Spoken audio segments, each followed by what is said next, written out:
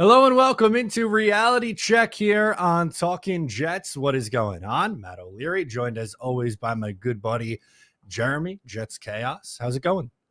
It's going good. It's going good. Ready to talk Jets as usual. Ready to talk some New York Jets as usual. A little housekeeping. We got to wrap up around the 45-minute mark. I have to cover a press conference for Greater Long Island. That's why I'm in the collared shirt and not one of my Million Jets t-shirts that I usually like to wear on stream instead. But we wanted to get into today the new look potential offense for the New York Jets. There were some Aaron Glenn quotes from earlier this week at the owners' meetings, and I wanted to start with Breece Hall, who I ended up putting on our thumbnail here for this stream today. Talking about Aaron Glenn was that the Jets are going to go with this running back by committee approach, that they have three backs that they like, meaning Breece Hall, Braylon Allen, and Isaiah Davis. What did you make of the comments, and what do you think that looks like for the New York Jets in 2025? I'm hoping that it translates to play the hot hand, right? You know, one of the things that were really frustrating about this team, this coaching staff the past few years is to me, it felt like they, without explanation, just would stop doing things that were working. You know, and Greenby would yell at me during the game. You'd complain if they kept doing it and it didn't work. And I'm like, no. Like, if you're running the ball and they can't stop you, right? When they start stopping you, fine. Now you have to mix in some passing. But I think that you should force a team to stop you before you let them off the hook. And I feel like there were times where, like in the beginning, Braylon Allen would come in and he was like unstoppable. And then he wouldn't just come out for a breather. Like, he would just disappear the rest of the game. I'm like, I don't understand. He came in for 5 carries. He averaged, he got 30 yards. He was averaging over 5 yards a carry. Breece Hall, for whatever reason, it's not working, right? He's getting 3.5 yards a carry. And it would just disappear. Like we never went back to it. And I just don't understand it. I'm hoping, can we just stay with the hot hand when something is working? Can we just continue to do it? I don't care if it's Davis, Hall, or Allen. It's just like whoever's playing well, keep playing them. And if they want to do like a rotation to keep people fresh and wear down the other team's defensive line, let's do that. But for that to work, you have to commit to it and not abandon the run. Yeah, and honestly, when I heard this, I wanted to look at how Detroit handled things with their offense, and very differently from the New York Jets. So they were third in the NFL in rushing attempts a year ago, and the New York Jets were dead last. So that's obviously a major difference. The Jets did not run the ball very often. But number two, the Jets, if you look at the number of rushing attempts they had on the season, Breece Hall was the one rushing the ball 57% of those total attempts as their lead back. By comparison, Jahmyr Gibbs, who's essentially the lead back in Detroit, he was at 47%, and not too far behind, you had David Montgomery, who I believe was around like 35%. And some other names were mixed in to get the full 100. But the difference was that the Jets really leaned on Breece Hall a lot last year, although his total rushing attempts were not nearly as high as what they were a year ago because they just frankly didn't run the ball all that much. In general, I think I would fully expect them to run it more. I would be almost surprised if they're not a top 10 team in rushing attempts, just based on, the quarterback that you bring in here. I think Justin Fields is going to have, 5 to 10 rushes a game, depending on situation. And I would like to see more Braylon Allen and Isaiah Davis. And I think Isaiah Davis, honestly, at times looked like the better running back down the stretch for the New York Jets last year in his limited role. Yeah. And just to respond to Frank Caver's comments, that's not true from last year. What you're saying is not true. Like, we didn't have to abandon the run. We weren't behind in most games. In most games, a lot of the frustration was that we were losing games in the fourth quarter. We were in it the entire game. And we were abandoning the run. And there were times during I know because I react with Green Bean, so I know we have it on film, documented, that there were times where we were running the ball really well in close games where we had the lead or behind by a field goal, like in the third quarter, where there was just, Rodgers audibling out and just not running the ball. And I mean, the evidence is there. This wasn't like previous years when we were way behind and couldn't run the ball anymore. How many games did we lose in the fourth quarter? So A lot. a lot of games. There's no explanation for it. We just abandoned the run, and part of it was, and I think, I don't want to point fingers now he's gone, but and harp on it. But I feel like, yeah, Rodgers reads the defenses and audibles out. But sometimes other teams seem to run the ball also when the other team knows and stacks the box, and they don't always have to audible out. Sometimes, yeah, even if you're only going to get 3 yards, it's about clock management. It's about time of possession. There's other reasons to run the ball. And I just feel like we didn't do it in the second half of a lot of games. I felt like we abandoned the run, but specifically two players. Like when we had a player playing really well, they would just disappear from the game. And that's what I'm questioning. Ironically, so the game that they ran the ball the most and had the most rushing yards was probably their best game of the season against the New England Patriots in week 3. Where they had, 33 rushing attempts, 133 rushing yards, and a rushing touchdown. But there's games later on in the year where they just stopped running the ball and they were having some success. I mean, the games that jump out to me. So Indianapolis, that's a game you lost 28-27. They only ran the ball 20, right exactly. And that was one that they lost at the end, but they ran the ball just 20 times in that game. And how many other games, like the loss against the Rams was a game they were in the entire way. Rodgers threw the ball 42 times in that game. Against Miami, they ended up winning the game 32-20, but you had 37 passing attempts to just 22 rushing attempts. They were so far skewed the other way. And yes, there were games where they were down, like Arizona, for instance. Like that was an example. Yeah, obviously, you're not going to have it. Yeah, the Arizona game is very understandable of why we wouldn't run the ball. Right, we fell behind really early. That's a great example of if I was complaining specifically about that game, why didn't we run the ball? This is a great point. It's hard to run the ball when the other team has a big lead, but I just don't think that was the case for the season overall. Yeah, and Johnny chimes in, says that's because the run game got stopped most of the times, only gaining a yard or two. I also don't know how fair that is, because at the beginning of the year, like first 5 weeks of the year, Breece Hall did not look like himself, and he had multiple games where he averaged under 3.5 yards a carry. But if you look from the game against Buffalo in week six, from when they made the coaching change through the rest of the year, he was averaging 4.7 yards per attempt, but he was only averaging 13 rushing attempts per game over that time. So they weren't really giving him the ball nearly as much, which shows me they were significantly more pass happy as the season went on. Right. And that is a great point with Breece Hall. But even specifically, I was talking about when Breece Hall was struggling in the beginning, they went to Young, and Young was getting 5 yards a carry. And then he would just disappear from the game, and he went away, and wouldn't come back in. And it didn't feel like that made a lot of sense to me. So it's just also sometimes you're going to run the ball and it's only going to be 1 or 2 yards. You can't give up. You can't abandon it. Like we've seen teams sometimes you have to wear down the defensive line. That's okay. And especially I expect we might see that with Glenn, because that was the Parcells way. Parcells didn't coach for every play, every drive. He coached for the game. It was a game plan.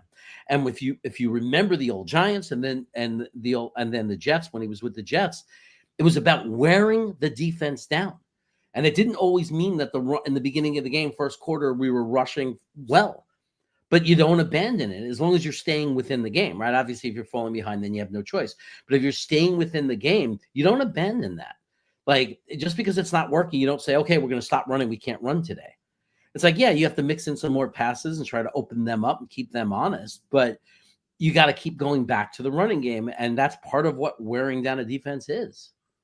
Yeah, and especially, too, not only with the change at Aaron Glenn and just what I think his mindset will be, once you add on top of that the Justin Fields element and how much he runs the ball as a quarterback, it's almost going to be impossible for them to not drastically improve their run game, even if they don't do anything else at the offensive line and tight end, which we fully expect them to, right? Like most people anticipate that the first round pick's either going to be an offensive tackle or a tight end. And then they'd likely be adding another, depending on what they do in the first round, either an offensive lineman or a tight end within the first 3 rounds of the draft. So they are going to continue to improve the offensive line. And I think scheme plays a big issue too. Johnny does come back and says our schemes were the issue.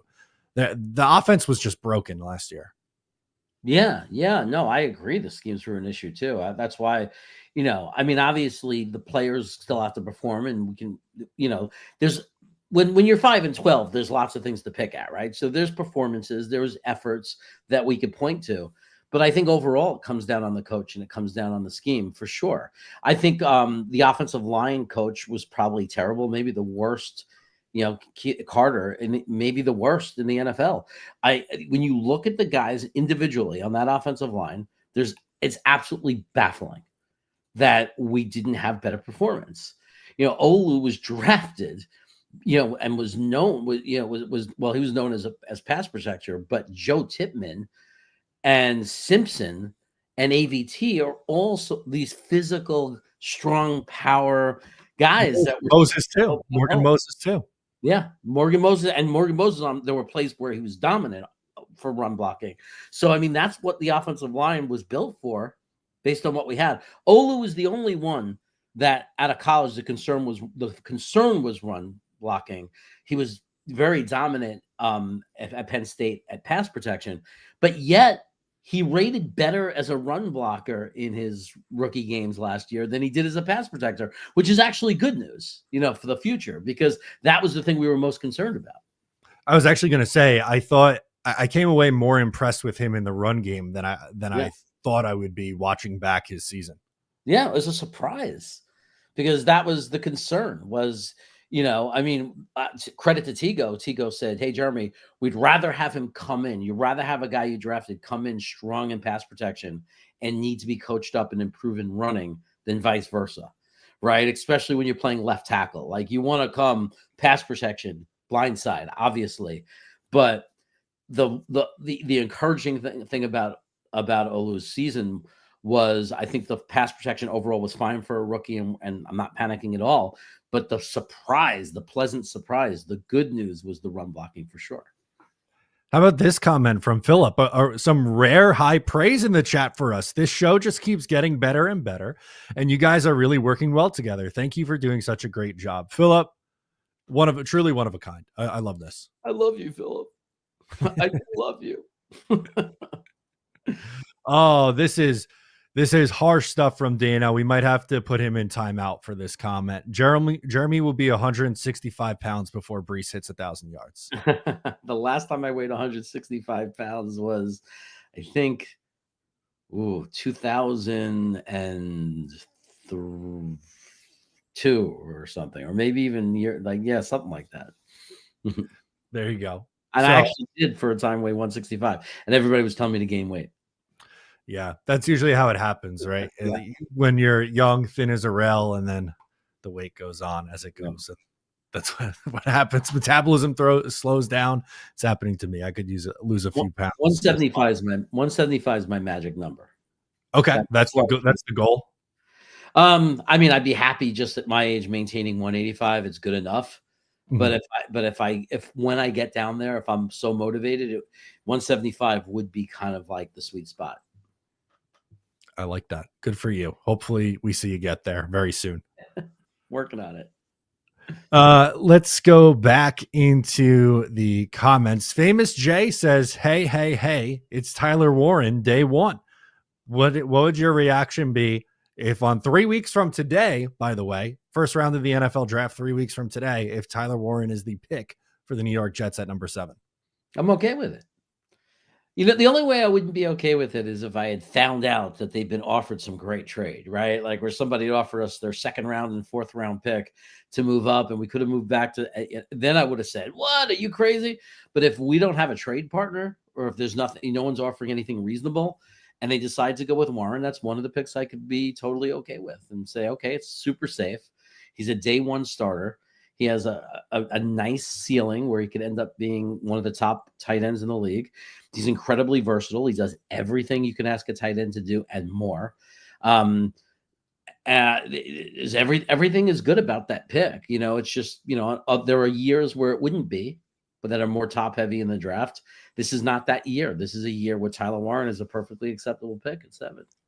Yeah. And I wanted to go, this is piggybacking off of Famous Jay's comment here, but I wanted to go to Mike D's Nuts, who says Warren or Membu, I'm okay. And if I had to guess right now, and who knows, maybe this changes in the next 3 weeks, but I feel pretty confident in saying it will be one of those two players for the Jets at pick number 7.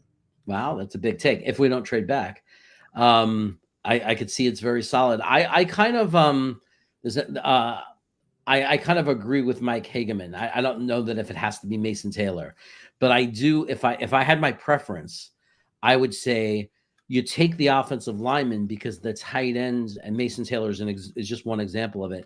The tight end is just a deeper position in the draft, right? Whereas if you don't get your tackle, we don't know that a Josh Connerly or an Eastery is going to be there in the second round for sure. We don't know. Whereas if you take Membo, you locked up your right tackle. We know there'll be tight ends when we pick at 42. There's so many. I mean, are really good ones that have the potential. They don't have the high floor that Warren has, but they all have really high ceilings. Is there a guy? So let's say the Jets go this route. They take Membu in the first round. Is there a tight end a tight end on day 2 rather, that you prefer over the others? Man, I go back and forth on that. I mean, I like Mason Taylor. There is some film that was concerning to me, as open field blocks. He misses some assignments where when Jeremy Rucker did that, we all wanted to kill him. So just prepare yourself for that. And if you want to see what I'm talking about, LSU versus Ole Miss. He has right in the first half, he has a couple of just clear missed assignments in the open field, but he is a decent inline blocker, and those things are coachable, and could have been a bad game, could have been miscommunications, like it doesn't scratch Mason Taylor off for me or take away what he could be. He has a very high ceiling, very good receiver, but I really like Terrence Ferguson also. There's things about his game I really like. Gunnar Helm.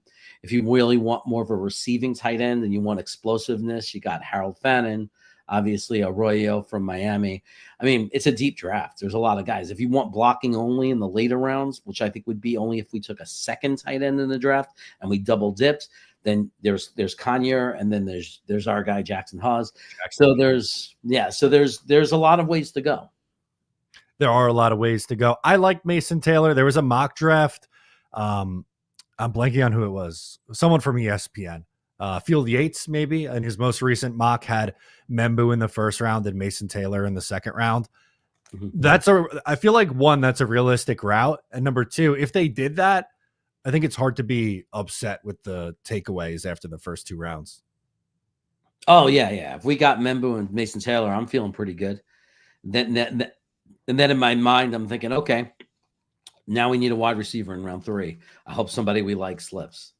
That would be the one thing. But I got to say, as long as Mason Taylor develops well, I think with Fields and a running offense, we might be able to survive with a Garrett Wilson and, the tight end being the second, big target, and then maybe Breece Hall's are pretty good.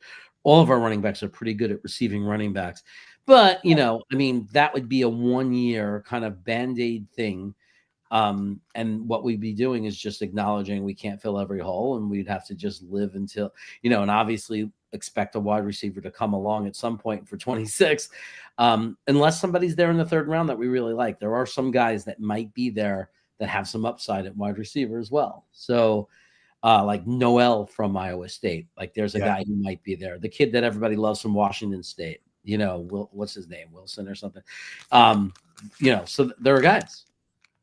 Yeah, there's tons of different options that they can go. Who was it that you mentioned from Oregon State? Washington State. It's the guy everybody's super high on. He just went from like 200 to 80 in the overall ranking charts. Oh, wow. Kyle Williams. Okay. Thank you, Connor. Okay. Yes, there we go. Connor's got it. Kyle Williams. That's right. Weren't we talking about him last week? Was that? Yeah. Somebody was asking, and I did my research. Okay. I forget names, and I don't memorize names that well, but I did what I promised. I went and I watched film on him, and I watched the highlights first to get some games to watch. So, because wide receivers, when you're watching full game film, all 22, is very painful because you can sit there for 15 minutes bored out of your mind because the camera doesn't even show them, completely. But when you go to the highlights, you could see what games he had. He did some good things and said, let me see if I had that game. And then you can watch that game and know at least you're going to see some action from him. There you go. I have to go to this one from Connor, who asks a phenomenal question. Matt, did you play basketball as a kid? And also, have you been 8 feet tall since you were a kid? So the basketball question is one that I get so often. Not like competitively. I played in like my local league, but I was really more of a baseball player. I played outfield growing up, and I was always one of the tallest in my class. I think I hit 6 feet the summer going into ninth grade. I grew like Jesus, 7 inches in a summer. It was ridiculous. 6 feet. Yeah, yeah, I was huge. I was very tall. I can see you sitting in the back of the line. Yeah, I did not weigh what I weigh now, so I was like a string bean. I was long and like extremely thin. Very Right. awkward looking. At least you knew where to go, like picture day when they did the class picture. You knew to go right to the back. Always in the back. It was me in elementary school. It was me, Eddie Tamaro, and Julia Texture. We were always the three towards the back. So shout out Eddie and Julia. Hope you guys are doing well. Okay, let's take a look back at some of these comments. Famous Jay with another good one. I wonder if the rumor of the Jets trade down with the Bears to 10 is real and still get Tyler Warren for an A grade draft. Do you think trade back is on the table? I know in a perfect world you would love to trade down, but do you see that reality with Chicago? I mean, if they want to do it, if they want Gentry, they really need a running back, and maybe but we have to have another team that either we're lying, we have to bluff, or we have to convince, we can completely bluff it. Like Dallas is looking to come up, and hope that they don't find out we're full of crap. Or maybe we do get a call from Dallas inquiring, and then Chicago inquires. And then you say, well, we're talking to Dallas, and you put a little fear into Chicago. And suddenly they're like, you know what? I don't know if he's going to make it to 10 because if the Jets trade with Dallas, if Dallas offers them their second round pick, he's gone. So, and what you have to, I mean, when you say Chicago, I'm imagining it would be for Gentry, right? That seems to be what the Bears need as a running back. And we all know that the Dallas Cowboys are in love with, have a history with Jerry Jones and that position of having a premier running back. So it's very possible that either those two teams might call us, and if you get two calling you, that's a great position to be in because then you could play them against each other. And also the Bears have 2 second-round picks.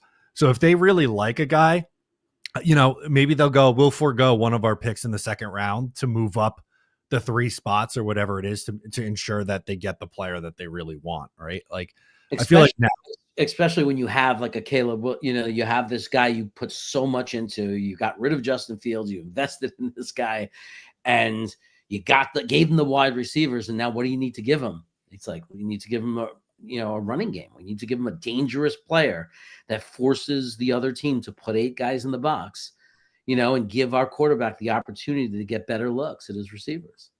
Yeah, I think that makes a lot of sense. If he makes it to 10, I think, Gene D would be the pick there. But could they get aggressive and trade up? I guess you never know. Yeah. I mean, the thing about trading back to 10 is like, let's say Warren's off the board before that or after that, before everybody goes nuts and wants to like end the world, is Membu and Warren going to be gone?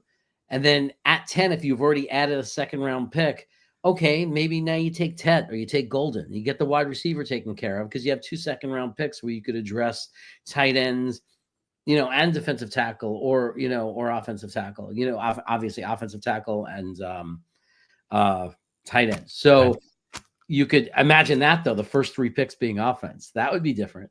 If we ended up taking a wide receiver and then went tight ends and tackle in the second round.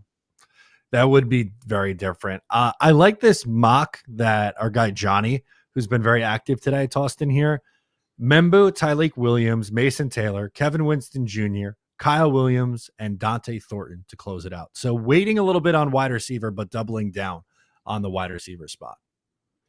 Hard to complain about it. I mean, Tyleik Williams, I don't know if you need to go that high on him only because it's such a deep draft with defensive tackles, but I wouldn't complain.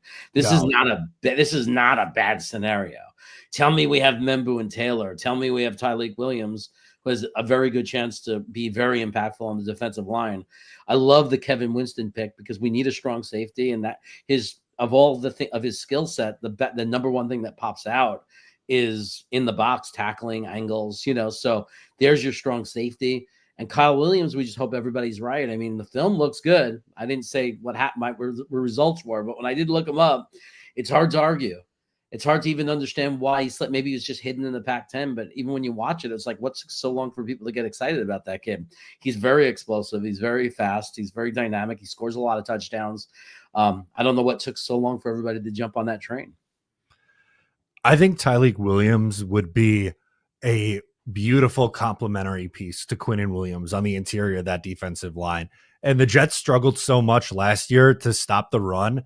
And like, I know using a top 50 pick on someone who's like billed as this run stuffer isn't necessarily sexy, but I think he'd go a really, really long way to helping some of the Jets' biggest issues on the defensive side of the ball from a year ago. Yeah, I mean, when you consider how good our defensive line was 2 years ago and look at what the complement to Q was, it wasn't another Quinnen Williams, right? It wasn't a Mason Graham. It was a Jefferson, right? It was guys that were big run stuffing guys next to Q. That's what worked. So to bring in this kid, that's what I mean. He could, like when I say impactful, that's the impact.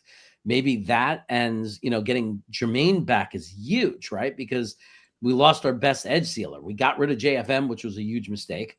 JFM and JJ got hurt. So then we ended up losing our best two edge sealers. At least we get one of them back. Even if Jermaine Johnson doesn't put up double-digit sacks, if he just seals the edge and is good against the run, and then you add a guy like Tyleik Williams, you've changed the whole, the whole thing, the whole picture. And then hopefully, I don't know, they haven't done it yet, gotten rid of Clemens. I know that we'll have McDonald. Are they going to? I don't know. I know we'll have McDonald's the pass rush specialist, but I was kind of hoping we get somebody on the other side of Jermaine to stop the run. Yeah, that'd be nice. It would definitely be something that I would like to see. But I like this draft from Johnny. Good stuff here. We have a window with a view. Sports Talk has a question. Have you seen the defensive lineman that weighs 400 plus pounds? He's talking Desmond Watson from Florida. Yeah. He's 6'5", 464 pounds, ran a 5.92 40, benched 36 bench presses at the combine. I don't think he gets drafted. I think he's probably like a UDFA guy, or maybe if anything, a 6th or 7th rounder. But that at his size, he would be such a dramatic outlier.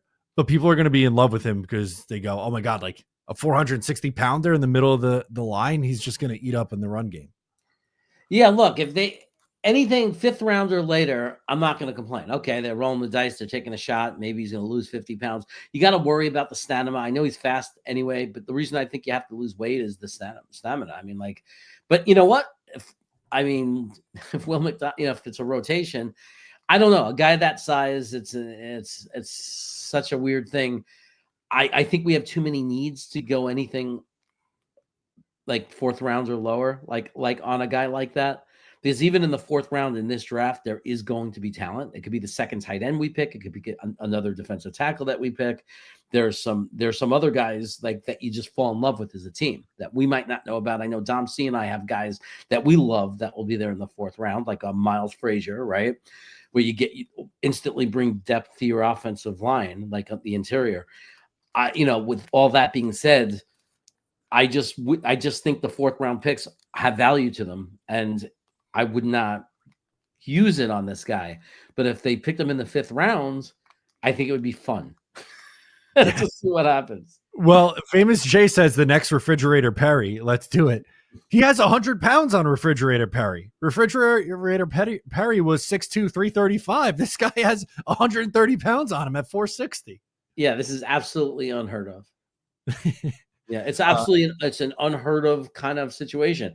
I mean, I would be excited about it. I just don't want to use a high value pick. I just think we have a lot of holes and needs. I think that with the 4th round picks, I think we have 2 of them, right? I think that we, need to hit on one. I know it's impossible to hit on both 4th round picks, but you'd think with 2 4th round picks, if we hit on one of those 2 picks, we need to take our best foot forward to make sure that we pick the 2 best guys we can to assure that we're going to have one hit. And when I say hit, I mean just be a solid starter in the NFL. Would be 4th round. That's magical.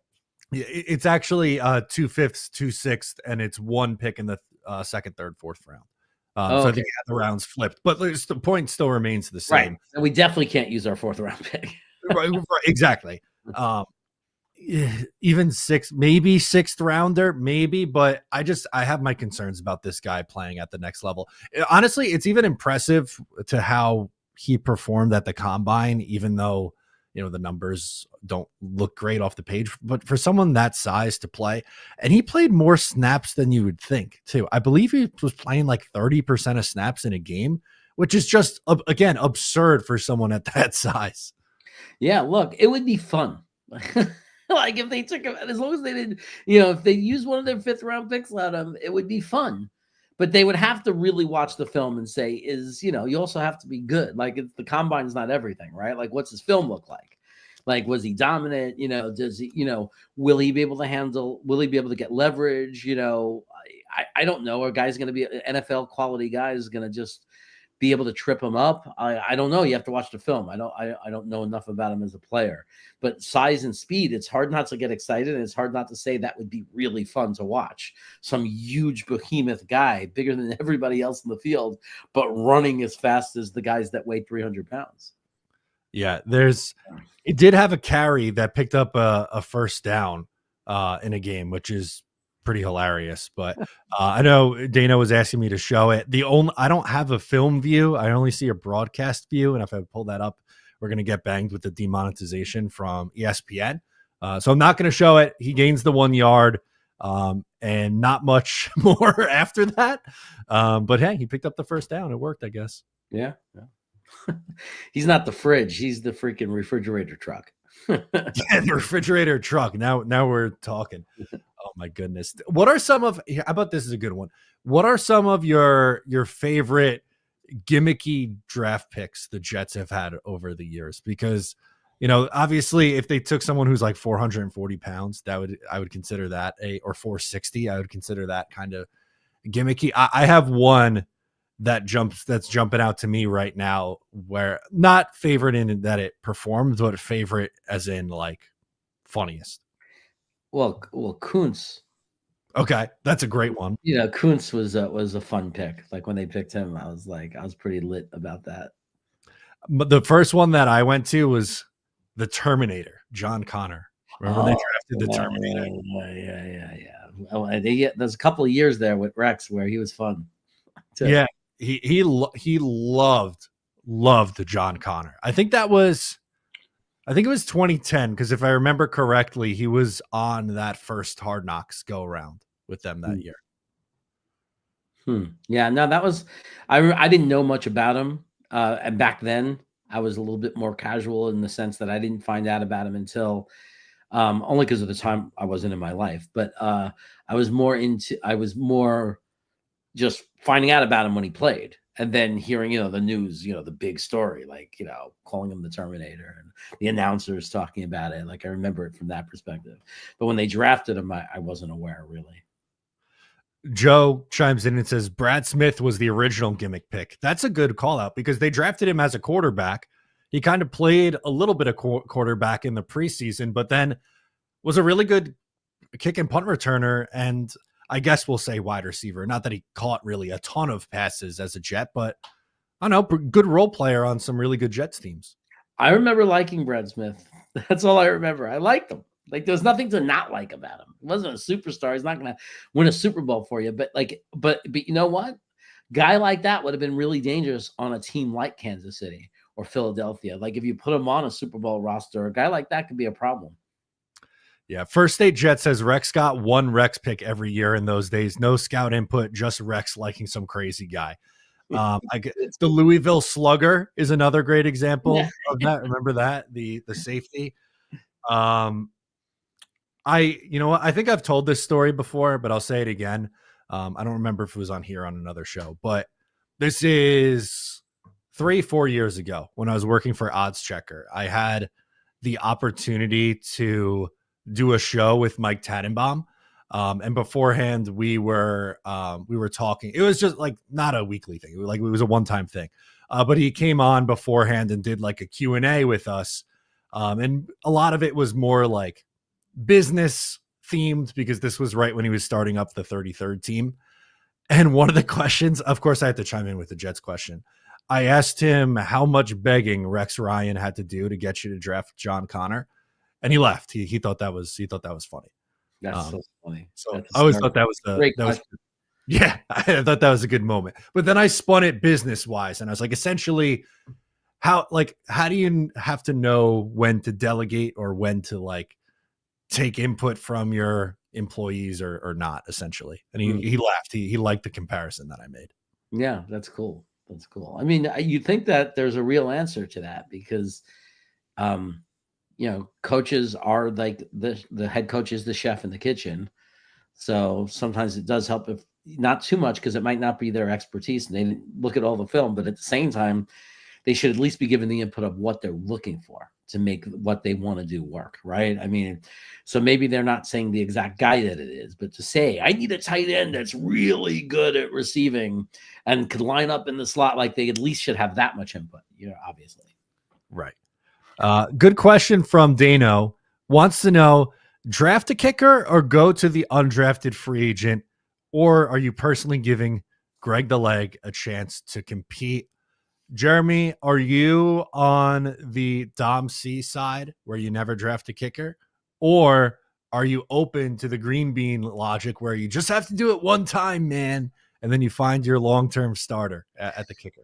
I say, first of all, 7th rounder, but unless you're just out of guys by the 6th round where there's no one you like left, where you're just throwing a dart and you don't care, or you haven't, like, if you love someone, let's say they love this guy Sauls from Pittsburgh, like love him and think that like they believe 100% this is going to be our kicker, right? If they love him and there's no one else they like on the board or feel anywhere nearly as strongly about, and they want to take him, I'd rather see, if it happened, I'd rather see it happen in the 7th round. 6th round, I'd be a little puzzled.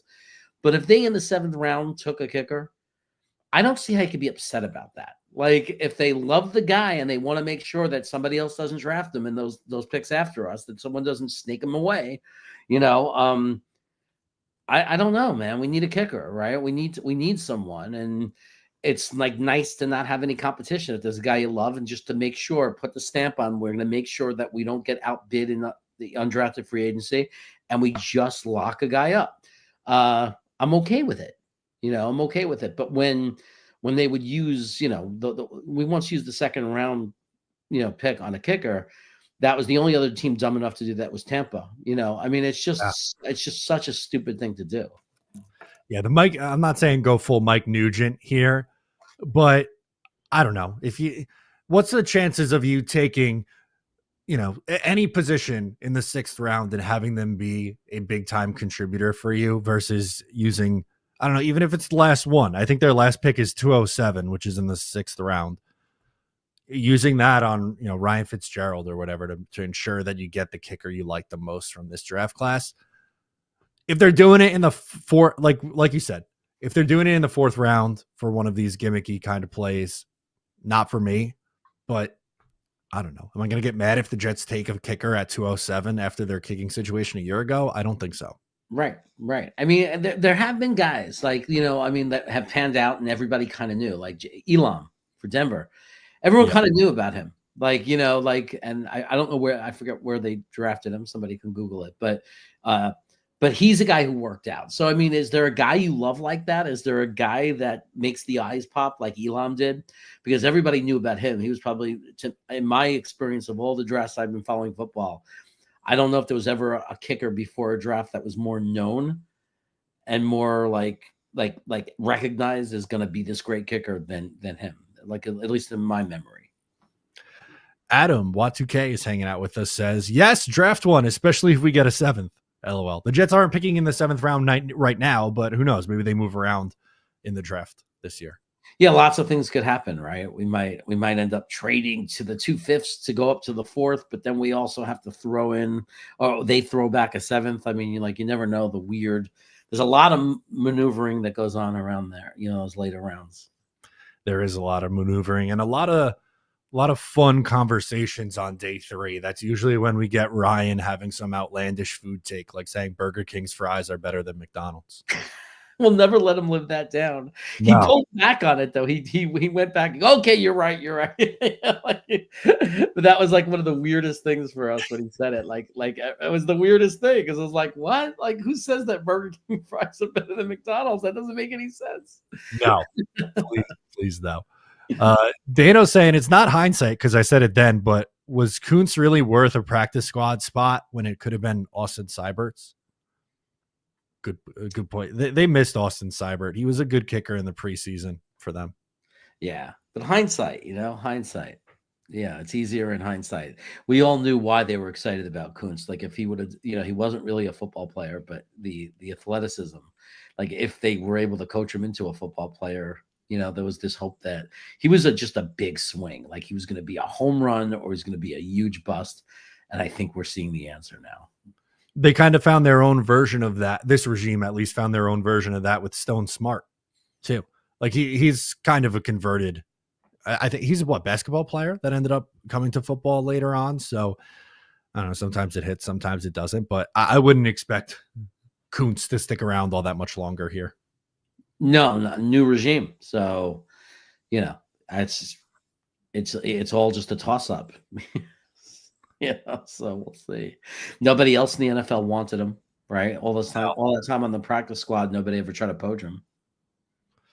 Famous Jay says Burger King fries are better than McDonald's. Both are crappy. Give me Nathan's fries all day. Look, I know I don't have anything against Nathan in the crinkle cut, but you can't put McDonald's and Burger King fries in the same tier. I just can't. Right. There's no argument. Nathan fries are to me maybe my favorite in the world. Like at Coney Island, not anywhere else. The Nathan's in Coney Island, best fries in the world. The closest that I've had, and if I had them side by side, I might even change my mind, is All American Burger in Long Island. That's the GOAT, baby. Those fries are outstanding.